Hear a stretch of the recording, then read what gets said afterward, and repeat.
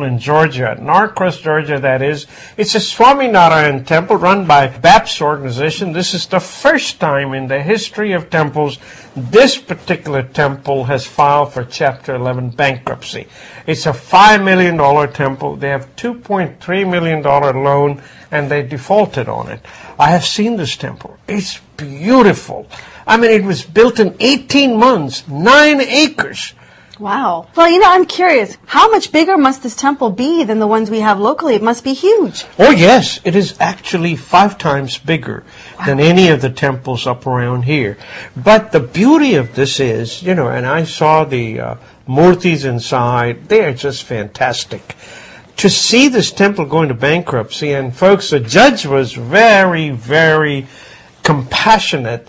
The trustees of the temple told the judge that because of this filing, they have to now cleanse the temple. So for the next 216 days, the temple priests were going to pray, and they did not want any non-Hindu to come in, take pictures inside.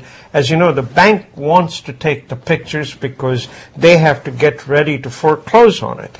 Now, here is something that if you find this in your heart, give some money. See if we can support Norcross, Georgia, the Swaminarayan temple there. See if you all can save the temple. $2.3 million is not that big of money, Well, you would think that we, as the community of Indians, are big enough and powerful enough now where we should be able to save a temple like this. And the reality is there was hard work that went into building this temple. It's a natural place of congregation for larger community aspects. If you looked at the Diwali Mela this year, there were so many people there, and when we can unite as a people, we can do a lot. Yeah. And the truth is, this is one such occasion when we need to do something.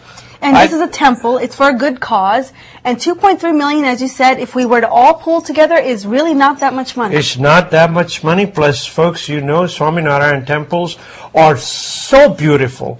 They are built by artisans and others in Jaipur, and of course with the local help, they get built. These are modular temples. Being in construction, I was really fascinated with the construction there.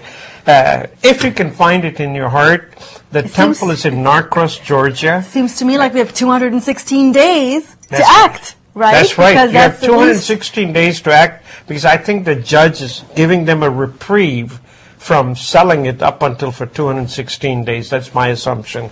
So hope you find something in your heart to give to Swaminarayan Temple in Norcross, Georgia. Or if you don't have the money to spend on a temple, maybe you'll have enough money to spend on an island. In Dubai, as you all know, it's the playground of the rich and the famous. Until recently, when they had their economic downturn, but it was so severe that they lost a lot of their property values. Well, in Dubai is one of the few places in the world where you can actually buy an island. It's 3 miles into the ocean, but it doesn't matter. It is a computer-generated island, and it's one island, one home, right? So you're completely isolated. It is basically your island.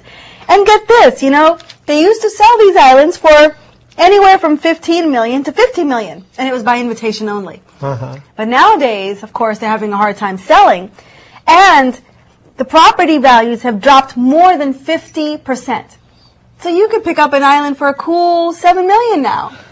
Build your house, and there you are. You are king of the world. King of your island, anyway. Bachchan family bought one.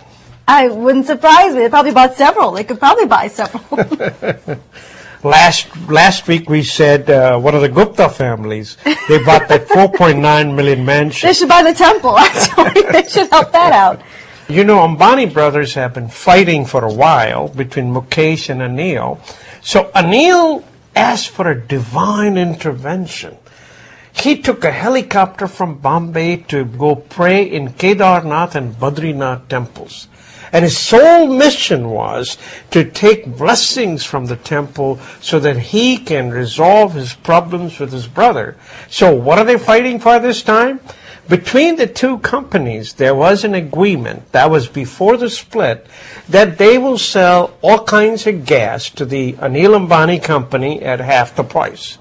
And Anil says, well, that's in the documents, and you're going to sell me gas for half the price.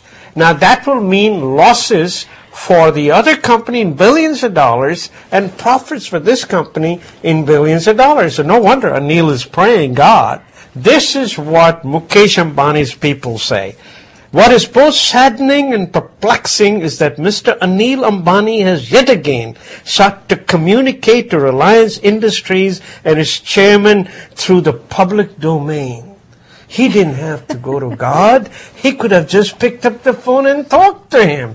So I thought this was a lovely story. And this was in Wall Street Journal. Well, you know, not to outdo that story, but on a similar vein, out of the Washington Post, you know, last week we talked about how India's ministers are beginning to adapt this frugal lifestyle. Mm-hmm. Well, there's a reason for it, because they've suddenly discovered the media and how powerful the media can be to persuade the public. And so a lot of them are using this new frugality as a way to reach out to the masses, right? Because it strengthens their base. But to continue that trend, they're not just flying on local cheap flights and eating local cheap fare. A lot of them have started to wear khadi. You know, khadi was the homespun cotton from the Gandhi era, because he would basically spin his own cotton and weave his own clothes. And the idea there was that, you know, it was a symbol of being free and not having to deal with the British and all of the tariffs. Well, we've sort of adapted it a little bit in the 21st century here, where we basically said those homespun cottons are a symbol of commitment to the common man in Indian politics.